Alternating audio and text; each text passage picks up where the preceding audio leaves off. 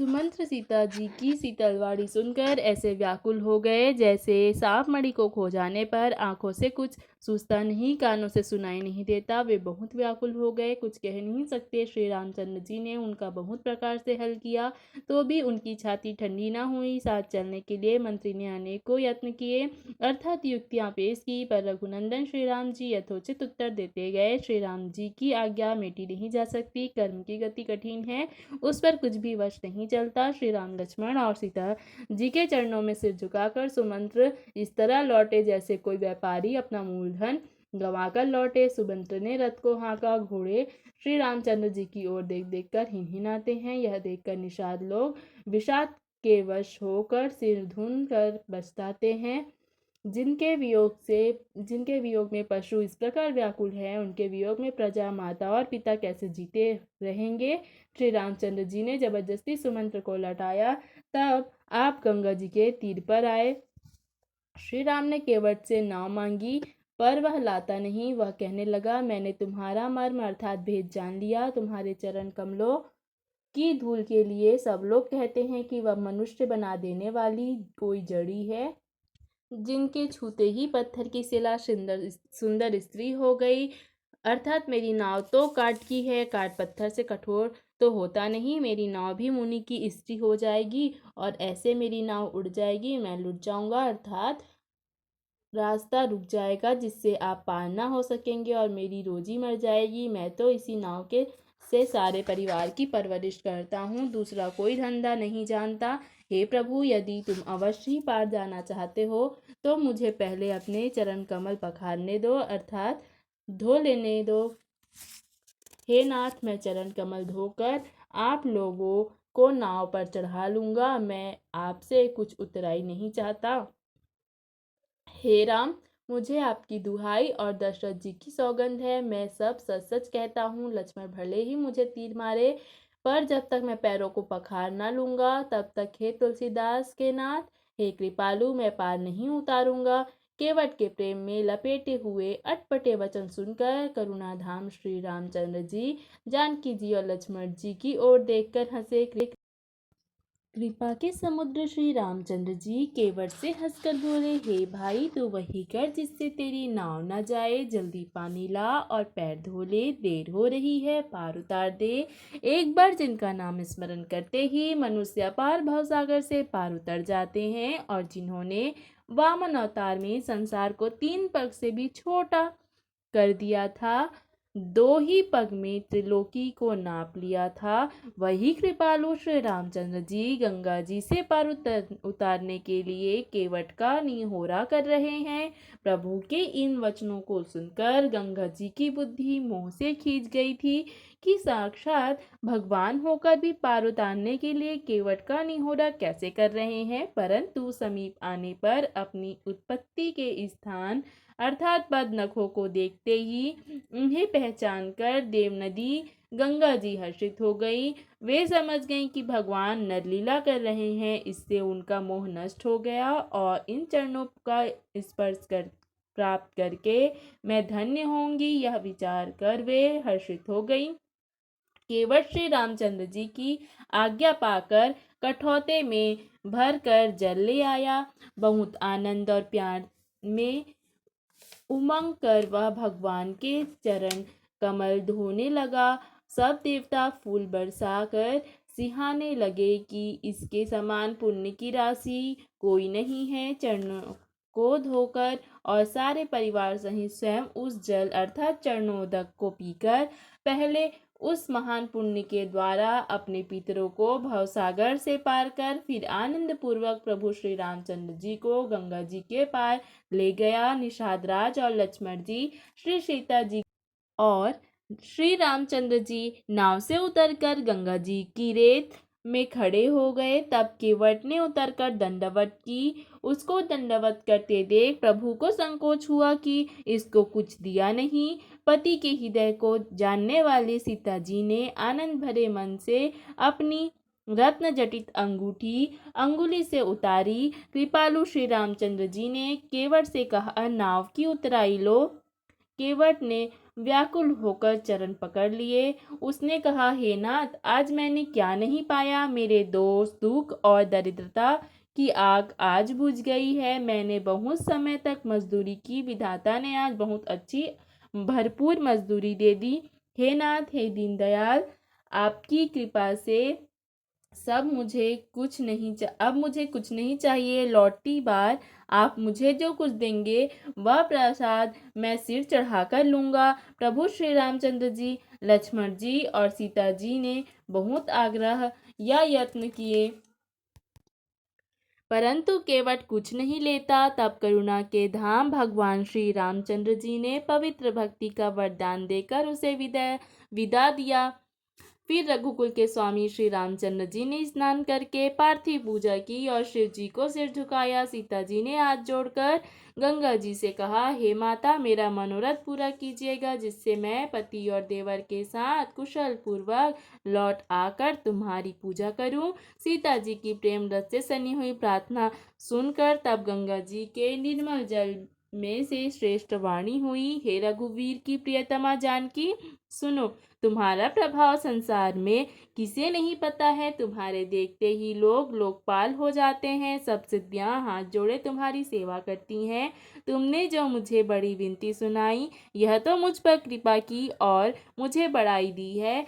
तो भी हे देवी, मैं अपनी वाणी सफल होने के लिए तुम्हें आशीर्वाद दूंगी। तुम अपने प्राणनाथ और देवर सहित कुशल पूर्वक अयोध्या लौटोगी। तुम्हारी सारी मनोकामनाएं पूरी होंगी और तुम्हारा सुंदर यश जगत भर में छा जाएगा। मंगल के मूल गंगा जी के वचन सुनकर और देव नदी को अनुकूल देखकर सीता जी आनंदित हुई। तब प्रभु श्री रामचंद्र जी ने विषाद राजगुह से कहा कि भैया, अब तुम घर आ जाओ। यह सुनते ही उसका मुंह सूख गया और हृदय में दाह पैदा हो गया। गुह हाथ जोड़कर दीन वचन बोला, हे रघुकुल शिरोमणि, मेरी प्रार्थना सुनिए। मैं नाथ अर्थात आपके साथ रहकर मार्ग दिखाकर 4 दिन चरणों की सेवा करके, हे रघुराज, जिस वन में आप जाकर रहेंगे वहां मैं सुंदर पर्णकुटी अर्थात पत्तों की कुटिया बना दूंगा। तब मुझे आप जैसी आज्ञा देंगे, मुझे रघुवीर की दुहाई है, मैं वैसा ही करूंगा। उसके स्वाभाविक प्रेम को देखकर श्री रामचंद्र जी ने उसको साथ ले लिया। इससे गुह के हृदय में बड़ा आनंद हुआ। फिर गुह अर्थात निषाद राज ने अपनी जाति के लोगों को बुलाया और उनको संतोष कराकर तब उनको विदा किया। तब प्रभु श्री रघुनाथ जी, गणेश जी और शिव जी का स्मरण करके तथा गंगा जी को मस्तक झुकाकर सखा निषाद राज, छोटे भाई लक्ष्मण और सीता जी सहित वन को चले। उस दिन पेड़ के नीचे निवास हुआ। लक्ष्मण जी और सखा गुह ने विश्राम की सब व्यवस्था कर दी। प्रभु श्री रामचंद्र जी ने सवेरे प्रातः काल की सब क्रियाएं करके जाके तीर्थों के राजा प्रयाग के दर्शन किए। उस राजा का सत्य मंत्री है, श्रद्धा प्यारी स्त्री है और त्रिवेणी माधव जी सरीखे हितकारी मित्र हैं। 4 पदार्थों से भंडार भरा है और वह पुण्यमय प्रांति उस राजा का बढ़िया देश है। प्रयाग क्षेत्र ही दुर्गम, मजबूत और सुंदर गढ़ अर्थात किला है, जिसको स्वप्न में भी पाप रूपी शत्रु नहीं पा सकते। सारे तीर्थी उसके श्रेष्ठ वीर सैनिक हैं, जो पाप की सेना को कुचल डालने वाले और बड़े रणधीर हैं। गंगा, यमुना और सरस्वती का संगम ही उसका अत्यंत सुशोभित सिंहासन है। अक्षय वट छत्र है, जो मुनियों के भी मन को मोह लेता है। यमुना जी और गंगा जी की तरंगे उसके चंवर हैं, जिनको देखकर ही दुख और दरिद्रता नष्ट हो जाती है। पुण्यात्मा पवित्र साधु उसकी सेवा करते हैं और सब मनोरथ पाते हैं। वेद और पुराणों के समूह भाट हैं, जो उसके निर्मल गणों का बखान करते हैं। पापों के समूह रूपी हाथी के मारने के लिए सिंह रूप प्रयागराज का प्रभाव अर्थात महत्व एवं महात्म्य कौन कह सकता है। ऐसे सुहावने तीर्थराज का दर्शन कर सुख के समुद्र रघुकुल श्रेष्ठ श्री राम जी ने भी सुख पाया। उन्होंने अपने श्रीमुख से सीता जी, लक्ष्मण जी और सखा गुह को तीर्थराज की महिमा कहकर सुनाई।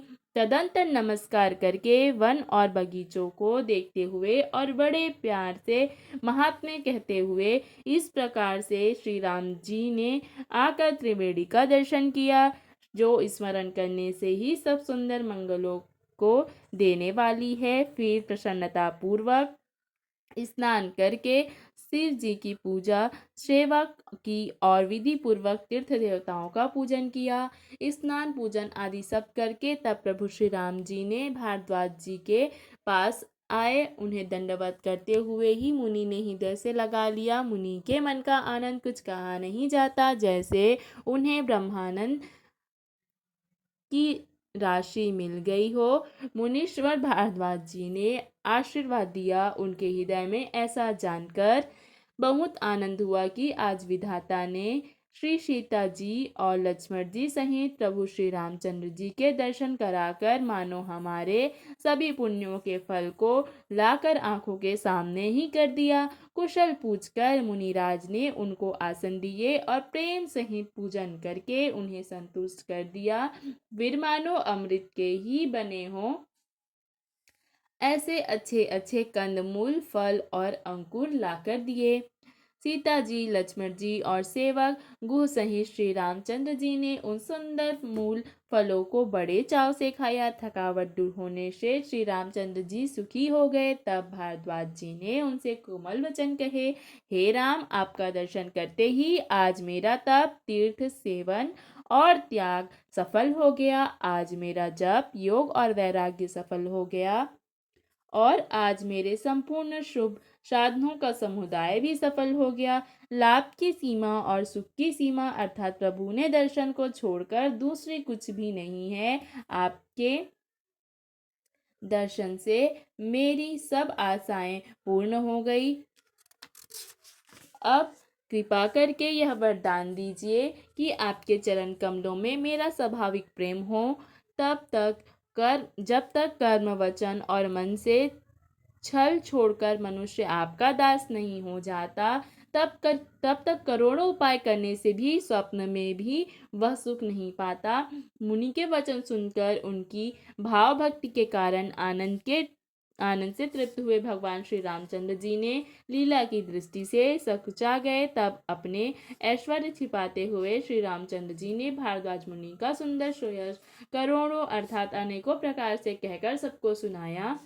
उन्होंने कहा, हे मुनीश्वर, जिसको आप आदर दे वही बड़ा है और वही सब गुणों समूहों का घर है। इस तरह श्री राम जी और मुनि भारद्वाज जी दोनों परस्पर विनम्र हो रहे हैं और अनिवर्चनीय सुख महसूस कर रहे हैं। यह श्री राम, लक्ष्मण और सीता जी के आने की समाचार पाकर प्रयाग निवासी ब्रह्मचारी, तपस्वी, मुनि, सिद्ध और उदासी सब श्री दशरथ जी के सुंदर पुत्रों को देखने के लिए भरद्वाज जी के आश्रम में आए।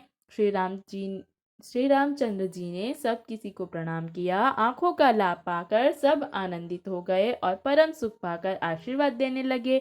श्री राम जी के सौंदर्य की सराहना करते हुए वे लौटे। श्री राम जी ने रात को वहीं विश्राम किया और प्रातःकाल प्रयागराज का स्नान करके और प्रसन्नता के साथ मुनि को सिर झुकाकर श्री सीता जी, लक्ष्मण जी और सेवक गुह के साथ वे चले। चलते समय बड़े प्यार से श्री राम जी ने मुनि से कहा, हे नाथ, बताइए हम किस मार्ग से जाएं। मुनि मन में हंसकर श्री राम जी से कहते हैं कि आपके लिए सभी मार्ग सुगम है।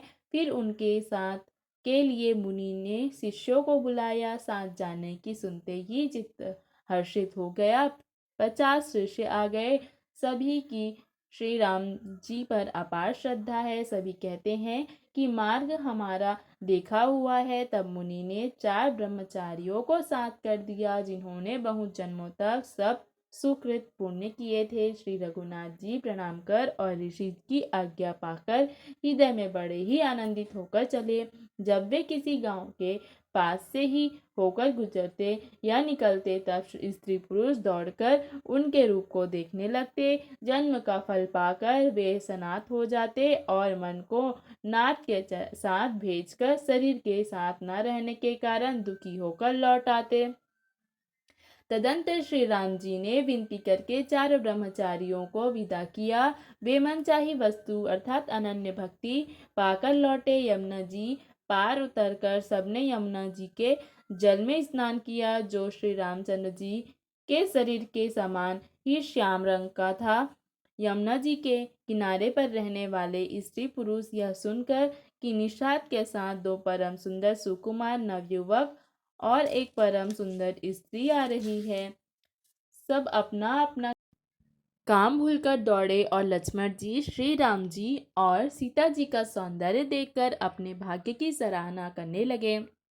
उनके मन में बहुत सी लालसाएं भरी हैं, पर वे नाम गांव पूछते सब कुछ आते हैं। उन लोगों में जो वृद्ध और चतुर थे, उन्होंने युक्ति से श्री रामचंद्र जी को पहचान लिया। उन्होंने कथा सब लोगों को सुनाई कि पिता की आज्ञा पाकर ये वन को चले हैं। यह सुनकर सब लोग दुखी होकर पछता रहे हैं कि रानी राजा ने अच्छा नहीं किया।